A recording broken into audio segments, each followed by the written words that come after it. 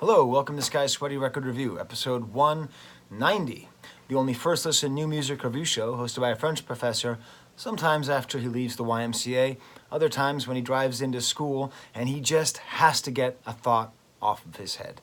And that's the case now with my review of the album Ghosteen by Nick Cave. And actually, it's not a review. I only review things that I like.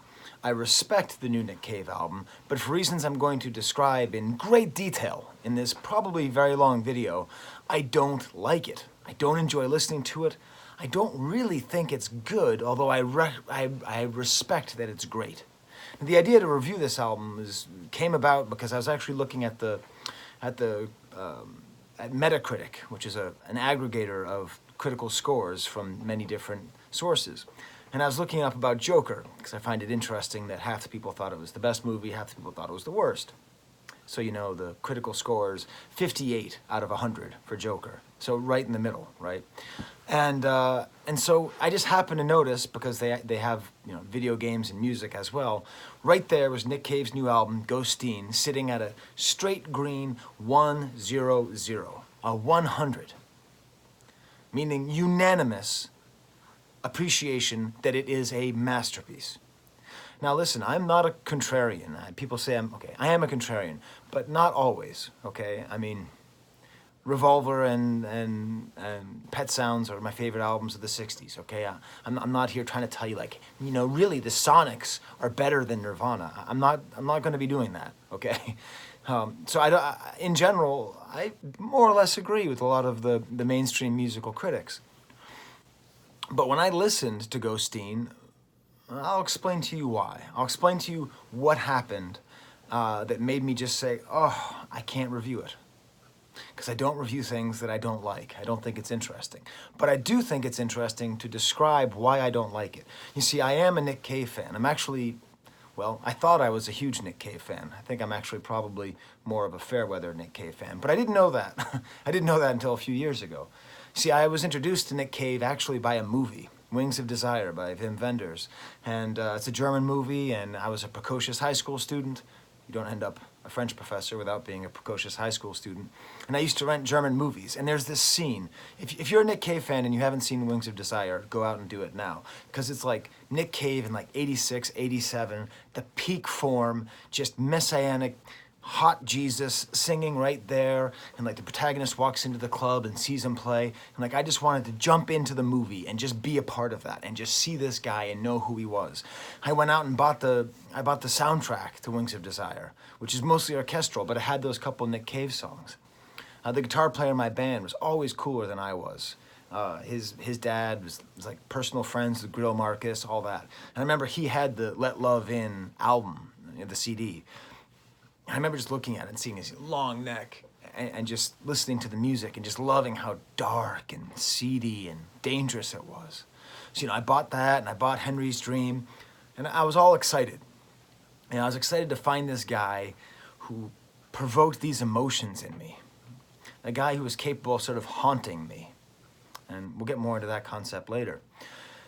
So, that was my opinion of Nick Cave, kind of going into college. And now I'm just going to give a little public service announcement here. So I was in college, and there was this girl, and I thought she was pretty, and we flirted a little bit, and I went over to her dorm room, and I was kind of looking through her music collection. All right, okay. And the thing is, there's this really sexist thing that smart guys do with women, with girls. They sort of judge them by these weird silent criteria. If you've ever read Gone Girl by Gillian Flynn, there's a great whole passage about the cool girl, and it's a sort of weird form of misogyny that is propagated by men and supported by women. And I was definitely taking part of that, because in looking through her CD collection and the CD collections of many other women and many other times in my life, it was sort of like a weird test of is this woman cool enough? Does she fit my criteria of what is cool enough? So I say this with no small amount of shame, okay? I wish I was a better person when I was in college. I wish that I respected people for what they were, not what I thought they should be. but you don't know what you don't know. I was a dumbass college student. So I'm looking through her CD collection, and I see a Nick Cave CD. I'm like, all right, cool. And then I see like another one. I'm like, okay. And then I see a birthday party CD. That's like Nick Cave's band before he was with the Bad Seeds. And immediately, I get a little nerd woody. I'm like all excited. I'm like, oh my God, this girl actually gets it. She knows more about Nick Cave than I do. And actually, the next page were CD singles that she stole from the college radio station. That was a warning sign. I should have been more upset about that than I was, but whatever. The point was, she like sort of passed this magical test, and it was through Nick Cave. And that, as much as the fact that she was pretty, was what attracted to me in the beginning days. Only now do I understand that that is basically just as superficial as her attractiveness. Whatever, you don't know what you don't know. So I'd go on to marry and then later divorce that woman. And still, you know, music is something we always agree on. And we would always go out and buy all the new Nick Cave albums the day they came out. You know, there's artists that I call Tuesday artists. So music used to come out on Tuesday. And a Tuesday artist comes out, and Tuesday, 10 o'clock, when the record store opens, you go and you buy the CD immediately. There's very few Tuesday artists for me now, because eventually someone lets you down. Like, you just decide that they're not that good. But there was Murder Ballads, and then there was The Boatman's Call, and those back-to-back are just amazing masterpieces. Just every track is great. They're different themes, too. Like, Murder Ballads is all Nick Cave's kind of dark, like, you know, fat boys, butthole, all that kind of stuff. And then The Boatman's Call is this real sweet series of ballads. And, you know, like, all the time as my love with this woman is growing and the music is going, and the song Into Your Arms was sort of like our mystical song. I bought her the giant French poster for it. It was in the back of one of my videos once. And you know, like, Nick Cave meant so much to me. But then one Tuesday, an album comes out called No More Shall We Part. And this was a long-distance relationship I had with this woman. And so we were actually going to move together. And I was like, here it is. This is this great symbolic moment. Nick Cave is going to unleash upon the world another masterpiece that is going to perfectly describe our marital bliss. Except we hated this album. No More Shall We Part was the end of Nick Cave being a Tuesday singer for us.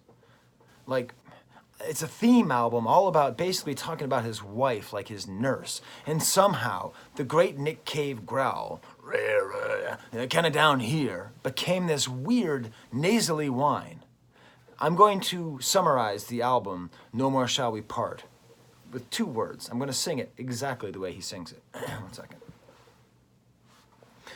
My nurse! My nurse! That's how the whole record sounded to us. I don't even know if we listened to it more than twice, because all of a sudden his strong voice became weak, and he's singing about some woman being a nurse, which is just a really unpleasant relationship. Maybe it was honest. Maybe that's really how he actually saw her, but it sort of destroyed the romantic vision that we had of Nick Cave. We saw him in concert, I think at the Warfield in San Francisco, somewhere like that, Fillmore, something like that. And it was just not good. Like, it wasn't Wings of Desire. So, you know, you might think that's why I'm not reviewing this album.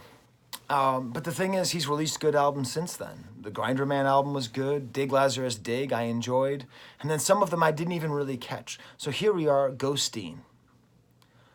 Why is it that I don't like it? Well, the first 2 tracks seem promising. They're very unified. And the whole album, like, let me tell you why it's a good album. It's good. I recognize that it's good. It's thematically unified. It's all about the death of his son, which I didn't know about when I listened to the album for the first time. I just didn't know. I thought, well, this is kind of a sad album. It was like, I listened to it, well, I kind of listened to it, and then I read the reviews, and all the reviews are just like, a beautiful piece of mourning, a beautiful piece of loss, the greatest way to depict grief. And I realized, I think a lot of the reviews are completely tainted by the fact that his son died. And by the way, that's terrible. It's the worst thing I could possibly imagine, one of my children dying.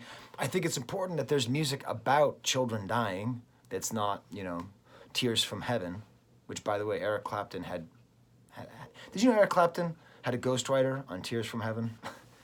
Anyways, can Eric Clapton suck anymore?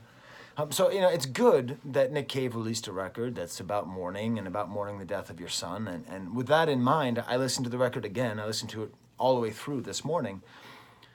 And it's so thematically linked. Like the music is very consistent. It's very kind of airy, very ethereal, lots of kind of sweeping keyboards and strange sounds and these sort of thematics of like forests and horses and children disappearing and children dying and dead kids and dead children.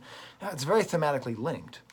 And the first couple tracks I heard, and I'm like, you know what? This isn't the Nick Cave that I love, but it's still good. Like the spinning song, it's got a great swirling keyboard and some great lyrics. Obviously, he is a great poet. So if you just listen to this record once, which I actually suggest, you'll get a lot from it. I mean, a lot of great lyrics. The branches broke like a vow. That's great. I can think about that lyric for a long time. Then the next track, Bright Horses, has interesting singing and another great lyric. You know, the fields are just fields. There ain't no Lord. I think that means like there's no Lord that owns the field. It's kind of like a medieval album too. But then, and I wrote this, I can't do it. The track Waiting for You. It gets to my nurse. It's my nurse, Nick Cave. Waiting for you. I just couldn't do it. And I heard that and I go, I just don't like this record. How am I going to review it? So this is the way that I'm reviewing it. I'm respecting it, but something happened that made me not think Nick Cave as being a Tuesday artist. And that makes me actually question myself. Am I actually just not a Nick Cave fan? I thought I was, but maybe I'm like the people who jumped off the Radiohead train with Kid A or Amnesiac, you know? Maybe I just can't let an artist grow. I mean, there are highlights on this album, definitely. The keyboard on a track called Night Raid, the sounds on a track called Galleon Ship, really well produced. Lots of great lyrics about loss. On the final song, there's a line that was so effective about communicating the loss of one's child that it did bring me to tears. So am I really going to be telling you that I'm not reviewing and I don't like an album that can bring me to tears? Damn it, maybe not. Well, I'll get to it. The line is, the kid drops his spade and bucket and climbs into the sun. That is just a hauntingly beautiful lyric.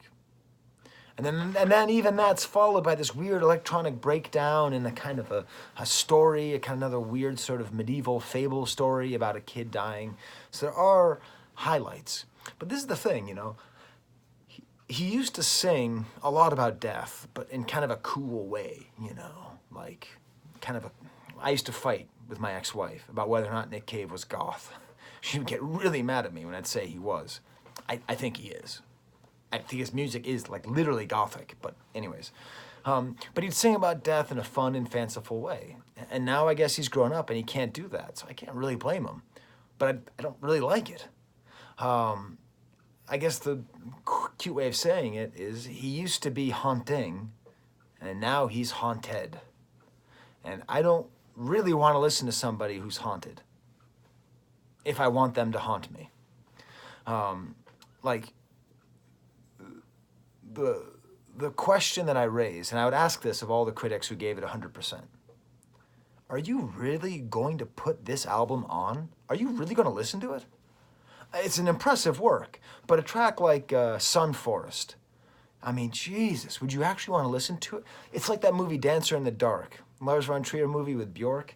It's this amazing, moving, powerful movie. But do you really want to see it again? I heard a lot of people say that about The Joker, actually. I mean, I do want to see Joker again, but I could see why you'd say that. Like, yeah, okay, it was an impressive feat of acting and directing, but good Lord, do you really want to sit through this? And that's kind of the way that I feel about this, is I understand why it got such good reviews, because it's an impressive, unified, painful work. But I'm not sure it's great music. And I'm not sure it's a good album, even, because I don't know if you want to listen to it. I mean, there are some low points, too. Like, the title track is so unbelievably overproduced. It's got these choruses, almost like gospel. The track is called Ghosteen, and also there's like a weird problem where when I first read it, I imagined it as the ghost of Bruce Springsteen. So I kind of keep laughing because he'd like 1, 2, 3, boo. You know, that's stupid. It's a stupid joke, but it's actually what was going on in my head. Other kind of weird lowlights, kind of to me, are kind of comic. Like the track Fireflies is a beautiful poem about the cosmos and the relationship between light and dark, and it's lyrically it's beautiful. But the way that it's produced, it has this sort of like tinkling piano, and when I first heard it, it reminded me of the opening of a Star Trek episode. Ding, ba ba, and the fireflies fall out of the cosmos like a photon. Anyway, without its tragic context, I don't know. I don't know if the critics would have really enjoyed it. I don't know if this is kind of like Heath Ledger's Oscar, you know, where the context brings it so much. Or am I just being a bitter, bad fan? You can tell me. I hope Nick Cave fans see this, and I hope they tell me why I'm wrong. Because maybe if you listen to this more than once, you'll end up loving it. Maybe I shouldn't have given up on No More Shall We Part. Because Nick Cave is a great artist. He really is. And he's capable of making music that I like, right? I mean, Dig Lazarus Dig is a classic Nick Cave album. So maybe it's me. Maybe I just need to grow up and accept that my favorite artists can grow and change, like I do every time Kanye or Radiohead releases an album. I don't know. Let me know. There's my thoughts on Nick Cave. Don't date people based on their CD collection. It's just not good. That movie High Fidelity looks cool, but you can't live that way. All right. Well, until next time, for my news, I will say there's the camera.